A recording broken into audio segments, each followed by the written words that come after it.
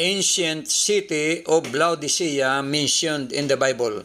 Atin pong panunuorin ngayon ang ancient city of Laodicea na binabanggit po sa banal na kasulatan, lalo tigit sa Apokalipsis.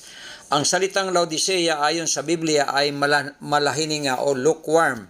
Kumbaga ay hindi mainit at hindi rin malamig. Doon nilarawan ang kasaysayan ng Laodicea sa isang malahiningang iglesia. So, nandyan ako, nagpa-picture dyan sa napakalaking building noon na nawasak ng earthquake at ito ay souvenir ko dyan sa lugar na yan.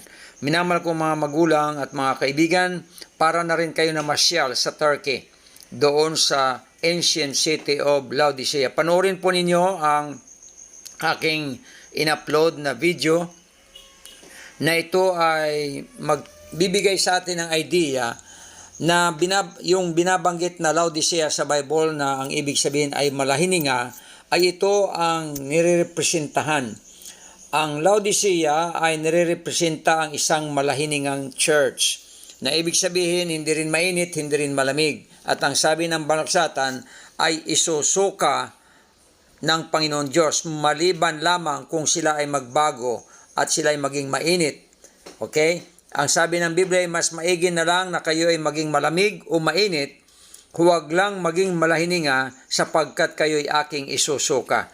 So, itong Laodicea, mahal kong mga kaibigan, noong unang panahon ay very rich city. Okay? Halos wala nang kailangan ito. Nandito na lahat. Napakalaking syudad po ito, mahal kong mga kaibigan. Subalit, tinan nyo anong nangyari ngayon. Mga ruins, mahal kong mga kaibigan. Ngayon ay napakaraming tourist ang pumupunta dito para tingnan ang napakagandang ancient city na nagmamalaki at nagmamataas na wala na silang kailangan ayon sa Biblia.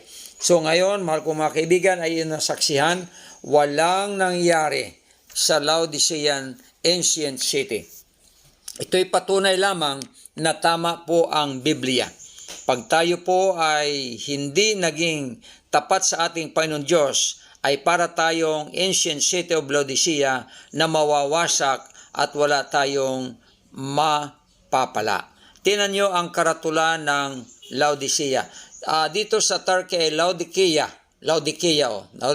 ang kanilang pangalan.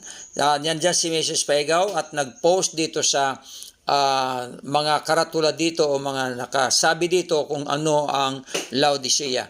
So kung inyong basahin yon ay nandoon po. Yan. At kami po ay naghahanda na po para kami ay umuwi. At tapos na po yung aming tour dito sa ancient city of Laodicea. Kaya si Mrs. Paigo po ay nagpo-posing, ako po ay naglibot-libot ng kaunti at ako'y nakakita ng isang napakagandang bulaklak, mahal kong mga kaibigan. Para bagang nagbibigay ng pag-asa na kahit ang old city ng Laodicea ay malahininga, kapag tayo magtapat sa Diyos ay may pag-asa. God bless you, mahal kong mga kaibigan.